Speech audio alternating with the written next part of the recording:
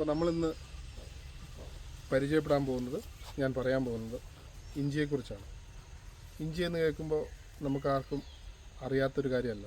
ഇഞ്ചി എല്ലാവർക്കും സുപരിചിതമായൊരു സാധനമാണ്. കാരണം ഇത് കുഞ്ഞു മക്കൾ മുതൽ വയസ്സായ ആളുകൾ വരെ ഒരു ആവശ്യത്തിന് യഥേഷ്ടം ഉപയോഗിക്കുന്ന ഒരു സാധനമാണ് ഇഞ്ചി. ഇഞ്ചി വലിയ ഒരു മെഡിസിനാണ്. നമ്മളുടെ കറിക്കൂട്ടുകളിലെ രുചി ഏറ്റവും കൂടുതൽ പകർന്നു വരുന്ന സാധനമാണ് ഇഞ്ചി. അപ്പോൾ ഇഞ്ചിയെക്കുറിച്ചാണ് ഞാൻ പറയുന്നത്. ഇഞ്ചിയെക്കുറിച്ച് പറയാനുണ്ടാകുന്നൊരു കാരണങ്ങൾ എന്താണെന്ന് വെച്ചാൽ, ഞാൻ കുറച്ച് കാലങ്ങളായിട്ട് ഇഞ്ചി കൃഷിയിൽ കൂടുതൽ ശ്രദ്ധ ചെലുത്തുന്ന ഒരാളാണ്. കർണാടകയും ഛത്തീസ്ഗഡ് അതേപോലെയുള്ള പല സംസ്ഥാനങ്ങളിൽ, നമ്മുടെ കേരളത്തിൽ നിന്ന് വിട്ട് പല സംസ്ഥാനങ്ങളിൽ പോയിട്ട് ഇഞ്ചി കൃഷി കൂടുതലായിട്ട് ചെയ്യുന്ന ഒരാളാണ്. അപ്പോൾ അങ്ങനെ ചെയ്തു വരുന്നതിൻ്റെ വെളിച്ചത്തിൽ ഞങ്ങളവിടെ കൃഷി ചെയ്യുമ്പോൾ കൃഷിയിലുണ്ടാകുന്ന ചിലവുകൾ, കൃഷിയിലുണ്ടാകുന്ന പ്രശ്നങ്ങളെല്ലാം നോക്കിയിട്ട് എങ്ങനെ കൃഷി നൂതനമായിട്ട് ചെയ്യാം എന്നൊരു ചിന്ത വന്നപ്പോഴാണ് ഗ്രോ ബാഗിനെ കുറിച്ച് ചിന്തിച്ചത്. ഈ ഗ്രോ ബാഗിനെ കുറിച്ച് ഇവിടെ ചിന്തിക്കാനുള്ള കാരണം എന്താണെന്ന് വെച്ചാൽ, വയനാട് പോലുള്ള ഡിസ്ട്രിക്റ്റിൽ നിന്നാണ് ഇഞ്ചി കൃഷി ഏറ്റവും കൂടുതൽ മാറി കർണാടകയിലേക്കൊക്കെ മാറിയത്. അത് മാറാനുണ്ടായ കാരണങ്ങൾ, വയനാട്ടിൽ നമ്മൾക്കിവിടെ സ്ഥലത്തിൻ്റെ ലഭ്യതക്കുറവ്, സ്ഥലത്തിൻ്റെ പരിമിതി, കേട് ഇഞ്ചിക്ക് കൂടാൻ തുടങ്ങി. അപ്പോൾ ആളുകൾ പുതിയ മണ്ണുകളും പുതിയ സ്ഥലങ്ങളൊക്കെ തേടിയുള്ള യാത്രകളിലാണ് അന്യ സംസ്ഥാനങ്ങളിലേക്ക് മാറിയത്, കൂടുതൽ സ്ഥലങ്ങൾ കിട്ടാൻ.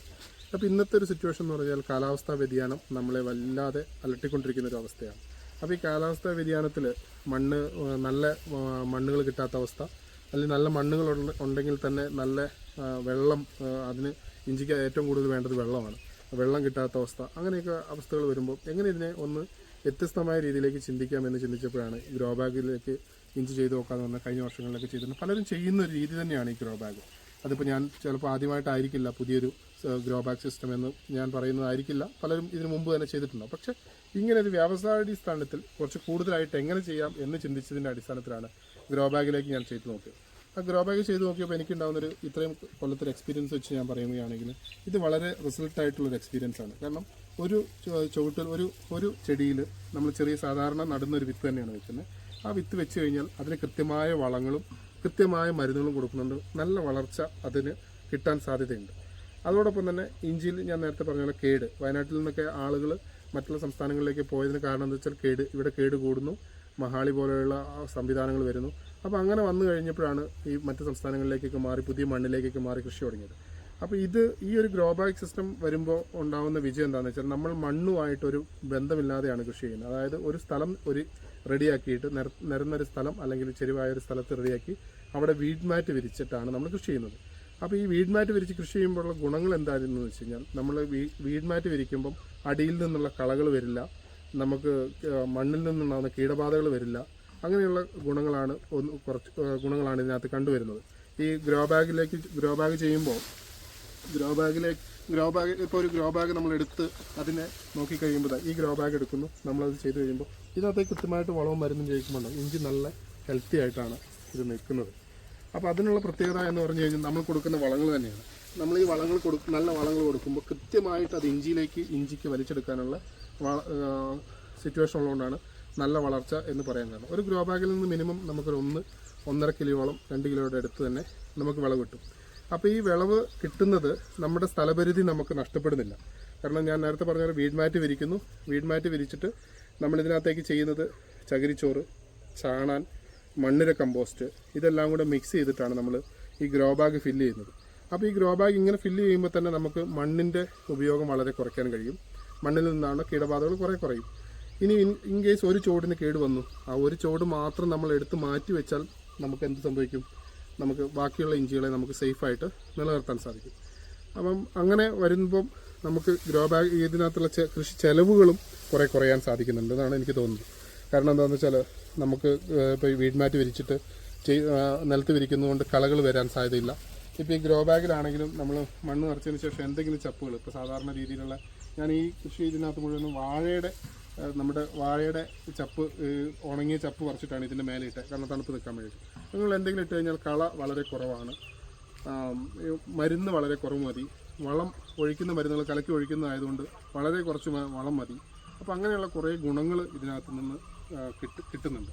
അപ്പോൾ അങ്ങനെ വരുമ്പം ആർക്ക് വേണമെങ്കിലും കൂടുതലായിട്ട് നമ്മൾ നല്ല രീതിയിൽ ഇപ്പോൾ ഞാനിത് ചെയ്തിരിക്കുന്നത് വെച്ചാൽ ഇതൊരു 18 അടിയുടെ ബെഡാണ് ഇത് ചെയ്തിട്ടുള്ളത്. നമ്മൾ സാധാരണ കർണാടകയിൽ അവിടെയൊക്കെ ചെയ്യുന്നത് 18 അടി 20 അടിയുടെ ബെഡ് എടുത്തിട്ട് ചാലെടുത്തിട്ടാണ് ചെയ്യുന്നത്.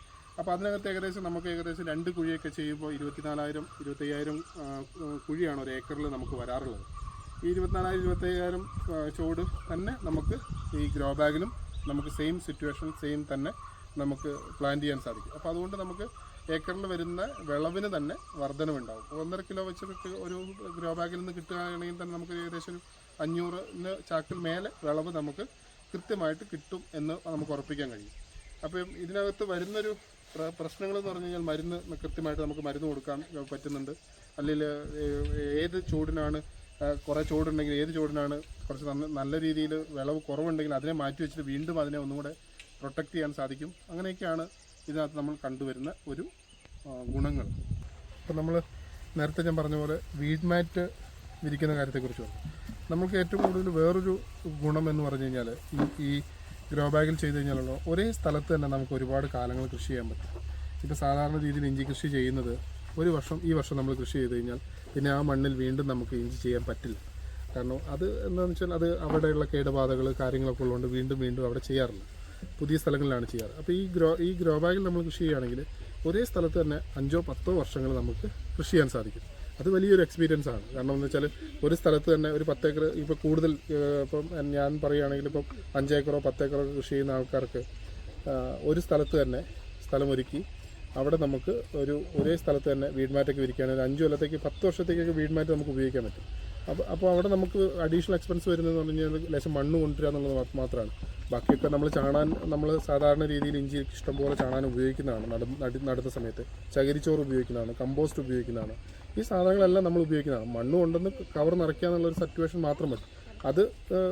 അത് നമുക്ക് ചെയ്തു കഴിഞ്ഞാൽ വളരെ ഉപകാരമാവും. പിന്നെ ഇതിനകത്ത് നമ്മൾ സ്ഥലം പൂട്ടേണ്ടതില്ല, സ്ഥലത്ത് കല്ല് പെറുക്കേണ്ടതില്ല, മണ്ണ് മാറ്റേണ്ടതില്ല. ഈ പറയുന്ന കല്ല് പെറുക്കൽ, പൂട്ടൽ കാര്യങ്ങൾ, ഇറ്റാച്ചി മാന്തൽ, അങ്ങനെയുള്ള കുറേ പണികൾ നമുക്ക് ഒഴിവായിട്ട് ഇതിനകത്ത് കിട്ടുന്നുണ്ട്. അപ്പോൾ അതുകൊണ്ട് കൃഷി ചെലവ് ഏറെക്കുറെ കുറച്ച് കൊണ്ടുവരാം എന്നാണ് എൻ്റെ ഇപ്പോഴത്തെ ഒരു അവസ്ഥയിൽ തോന്നുന്നത്. പിന്നെ കൂടുതൽ ചെയ്ത് കഴിയുമ്പോഴാണ് നമുക്ക് അതിൻ്റെ റിസൾട്ടുകൾ കൂടുതൽ കിട്ടി വരുന്നുള്ളൂ. പിന്നെ രണ്ടാമതൊരു കാര്യം എന്ന് പറഞ്ഞു കഴിഞ്ഞാൽ ഇതിൻ്റെ നനവ് നമ്മൾ സാധാരണ ചെയ്യുന്ന ഡ്രിപ്പ് കൊടുക്കുന്നതാണ് ഏറ്റവും നല്ലത്. ഡ്രിപ്പ് കൊടുത്തു കഴിഞ്ഞാൽ ഈ പറയുന്ന പോലെ വളങ്ങൾ കലക്കി ഒഴിച്ചു കൊടുക്കാനും അല്ലെങ്കിൽ ഡ്രിപ്പിൽ കൂടെ നമുക്ക് ഇഞ്ചുറി വഴിയൊക്കെ വളങ്ങൾ കൊടുക്കാനൊക്കെ വളരെ ഗുണമായിരിക്കും. ഓരോരോ ഗ്രോ ബാഗിലേക്ക് ഓരോ ഡ്രോപ്പ് വീഴുന്ന രീതിയിൽ ഡ്രിപ്പ് കൊടുത്തു കഴിഞ്ഞാൽ വളരെ വെള്ളത്തിൻ്റെ ചിലവ് വളരെ കുറവ് മതി.